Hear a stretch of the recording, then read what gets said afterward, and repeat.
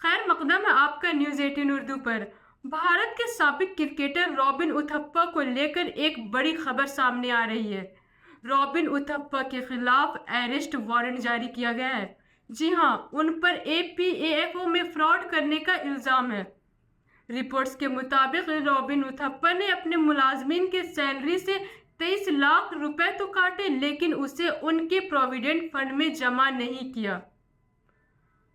इसी मामले के तहत 4 दिसंबर को उन्हें गिरफ्तार करने के लिए वारंट जारी किया गया था। हालांकि उन्हें पूरे पैसे भरने के लिए 27 दिसंबर तक का वक्त दिया गया है।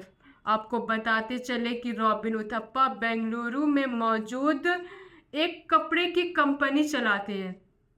Century lifestyle brands private limited नाम की इस कंपनी में वे डायरेक्टर हैं। इसके साथ ही इजाज़त दीजिए और ऐसी खबरों के लिए न्यूज़ 18 उर्दू के साथ बने रहिए। शुक्रिया, फ़ी अमानिल्लाह।